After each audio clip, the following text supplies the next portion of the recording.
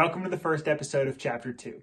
If you've watched previous episodes, you'll no doubt be familiar with one of the central themes of this channel, that there exists a non-physical realm of reality from which our physical reality originates. We've discussed how both hearing voices and psychedelics signify a connection to this realm, and today we'll be looking at another way to connect to this realm, through meditation. But unlike most of the discussion on meditation, which tends to focus exclusively on its benefits, today we'll be taking a look at its darker side.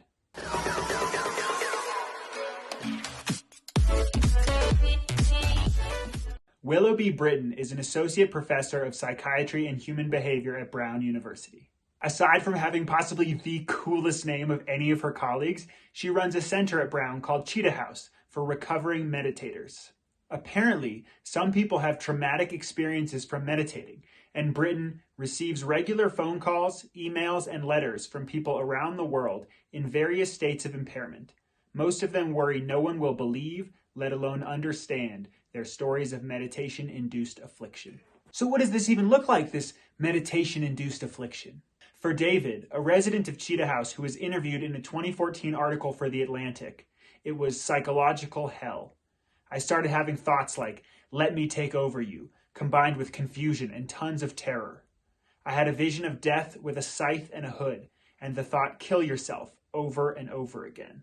This happened during one particular meditation retreat, which was otherwise very similar to ones he'd done in the past. What I find particularly interesting is the description he gave of an experience from his very first meditation retreat, which was divine. There was stuff dropping away, and electric shocks through my body. My core sense of self, a persistent consciousness, the thoughts and stuff, were not me. David describes it as the best thing that ever happened to him, an orgasm of the soul, felt throughout his internal world. Recall the story of Adam from episode 2, and the description he gave of his psychotic break, which began as beautiful, where he said he had never before felt such a connection to the universe. It strikes me as very similar to David's breakthrough into the psychic realm. You may recall that Adam ended up getting diagnosed with schizophrenia, and here we see that David too was worried that he would become schizophrenic.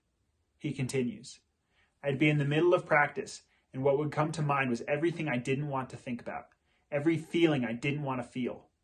David felt pebble-sized spasms emerge from inside a dense knot in his belly. He panicked. Increasingly vivid pornographic fantasies and repressed memories from his childhood began to surface. Okay, so there's a lot to unpack here. But the first question that came to my mind was, how common are experiences like these? And if they are common, how to explain them? Let's start with the first question, as we've actually got some data from the Cheetah House website. Current research estimates that approximately 1 in 4 meditators reports negative or unwanted effects from meditation. 10% of people who have ever tried meditation even once develop adverse effects that impair their ability to function. And in an 8-week mindfulness-based intervention, one study found that 75% of participants reported unpleasant meditation-related experiences, and 7% reported being harmed or worse off than if they had not participated at all. Okay, so far from a majority, but enough to make us curious as to what's going on. For a deeper dive, we'll turn to a 2017 paper that Britton and her team published called The Varieties of Contemplative Experience. By the way, you may have noticed that its title is a reference to William James's famous book, Varieties of Religious Experience. But did you notice that the title of the study in episode 4 was also a reference to James? I don't know about you, but I feel like we could do with a bit more variety in these academic paper titles, am I right?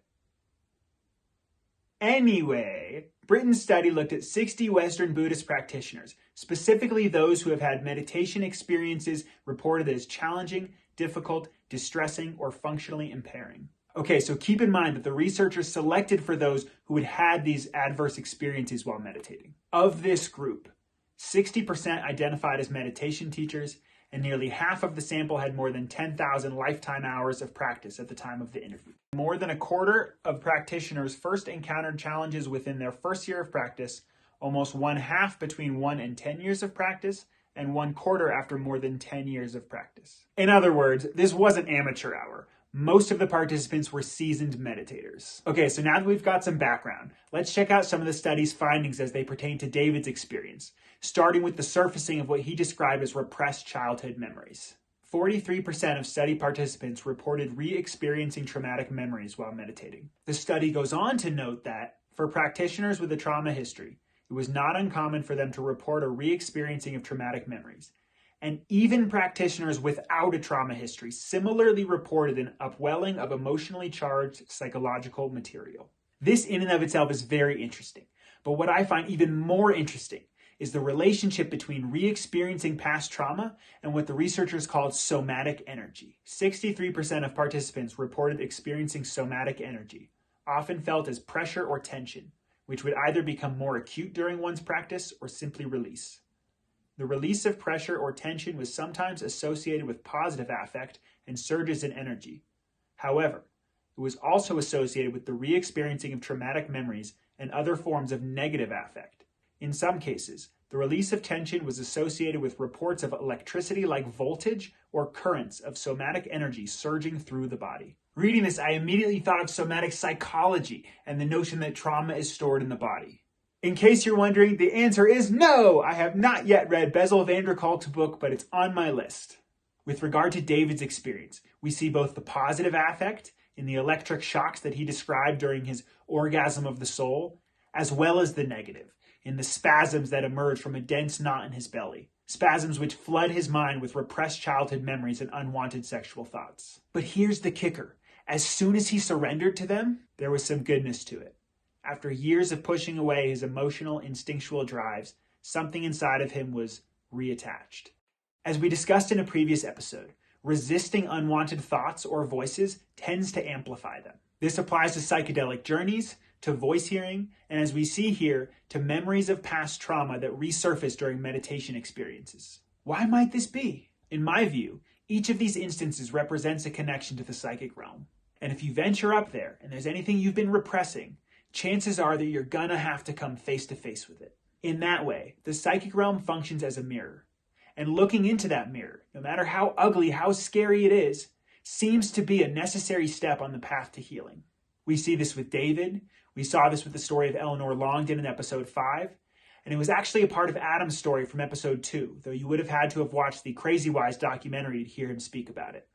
That's all we've got time for today. I know there are some unanswered questions, which is why in the next episode, we'll be diving deeper into Britten's research and seeing if we can connect maybe some of her findings with our discussion on psychosis from previous episodes. In the meantime, I recommend reading the Atlantic article for yourself, as there was a lot in there that I wasn't able to put in the episode. Also, keep all that stuff about somatic energy on the old mental back burner, as it's going to become a key part of the story later on in the series. As always, thanks for watching. I hope you got something out of that. Don't forget to like and subscribe if you haven't already, and I'll see you in the next one.